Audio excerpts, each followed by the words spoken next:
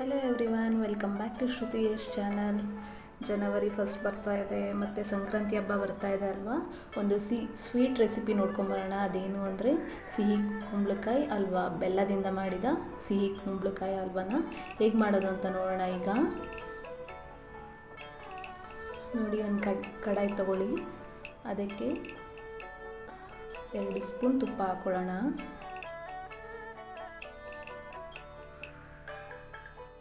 ನಾನಿಲ್ಲಿ ಬಾದಾಮಿ ಗೋಡಂಬಿನ ಫ್ರೈ ಮಾಡ್ಕೊತಾ ಇದ್ದೀನಿ. ಕಟ್ ಮಾಡ್ಕೊಂಡಿದ್ದೀನಿ. ಇದನ್ನೆಲ್ಲ 1-2 ನಿಮಿಷ ಫ್ರೈ ಮಾಡ್ಕೊಳ್ಳೋಣ. ಅದಾದಮೇಲೆ ದ್ರಾಕ್ಷಿನ ಸೇರಿಸ್ಕೊಂಡು ಫ್ರೈ ಮಾಡ್ಕೊಳ್ಳೋಣ. ನೋಡಿ, ಇದನ್ನೆಲ್ಲ ಒಂದು ಪ್ಲೇಟಲ್ಲಿ ಎತ್ತಿಟ್ಕೊಳ್ಳೋಣ. ಈಗ ನಿಮಗೆ ತುಪ್ಪ ಹಾಕ್ಕೊಳ್ಳಿ 1 ಸ್ಪೂನು. ಅದಕ್ಕೆ ನಾವು ತುರಿದಿಟ್ಕೊಂಡಿರೋದು ಕುಂಬಳಕಾಯಿನ ಸೇರಿಸ್ಕೊಳ್ಳೋಣ. ಒಂದು ಅರ್ಧ kg ಅಷ್ಟಿದೆ ಇದು ಕುಂಬಳಕಾಯಿ. ಇದನ್ನು ಚೆನ್ನಾಗಿ ಒಂದು 2-3 ನಿಮಿಷ ಫ್ರೈ ಮಾಡ್ಕೊಳ್ಳೋಣ.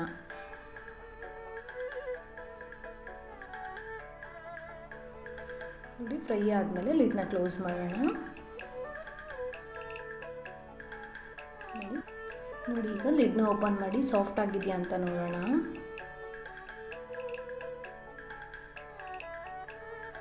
ಈಗ ಇದಕ್ಕೆ ನಾವು ಒಂದು ಅರ್ಧ ಲೋಟ ಹಾಲು ಸೇರಿಸ್ಕೊಳ್ಳೋಣ. ಹಾಲು ಸೇರಿಸ್ಕೊಂಡ್ರೆ ಬೇಗ ಸಾಫ್ಟ್ ಆಗುತ್ತೆ. ನೋಡಿ, ಸ್ವಲ್ಪ ಮಿಕ್ಸ್ ಮಾಡಿಕೊಂಡು ಮತ್ತೆ ಲಿಡ್ನ ಕ್ಲೋಸ್ ಮಾಡ್ಕೊಳ್ಳೋಣ. ಒಂದು 5-10 ನಿಮಿಷನ ಬೇಯಿಸ್ಕೊಳ್ಳೋಣ ಈ ರೀತಿಯಾಗಿ.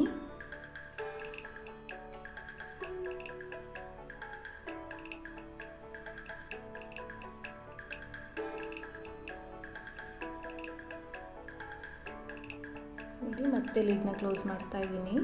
ನೋಡಿ, ಈಗ ಚೆನ್ನಾಗಿ ಸಾಫ್ಟ್ ಆಗಿದೆ, ಚೆನ್ನಾಗಿ ಬೆಂದಿದೆ ಇದು. ಈಗ ನಾವು ಇದಕ್ಕೆ ನೋಡಿ ಈ ಥರ ಸಾಫ್ಟ್ ಆಗಿದೆ ಅಂತ ನೋಡಿ, ಈ ಥರ ಚೆಕ್ ಮಾಡಿಕೊಂಡ್ರೆ ಗೊತ್ತಾಗುತ್ತೆ, ಸಾಫ್ಟ್ ಆಗಿರುತ್ತೆ. ಈಗ ಇದಕ್ಕೆ ನಾವು 1 ಕಪ್ ಬೆಲ್ಲ ಹಾಕ್ಕೊಳ್ಳೋಣ.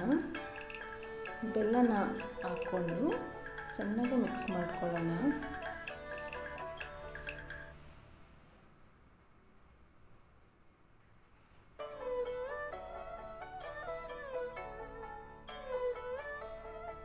ಎಲ್ಲ ಮಿಕ್ಸ್ ಆದಮೇಲೆ ಮತ್ತೆ ನಾವು ಕವರ್ ಮಾಡ್ಕೊಳ್ಳೋಣ. ನೋಡಿ, ತುಪ್ಪ ಎಲ್ಲ ಸಪ್ರೇಟ್ ಆಗಿದೆ. ಇಷ್ಟಾದರೆ ಸಾಕು.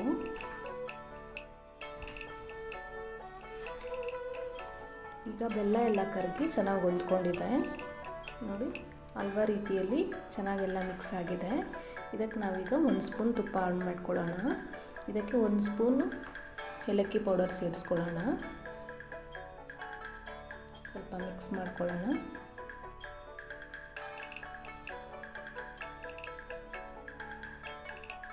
ಲಾಸ್ಟಲ್ಲಿ ನಾವು ಫ್ರೈ ಮಾಡಿಟ್ಕೊಂಡಿರೋದು ದ್ರಾಕ್ಷಿ, ಗೋಡಂಬಿ ಹಾಗೂ ಬಾದಾಮಿನ ಸೇರಿಸ್ಕೊಳ್ಳೋಣ.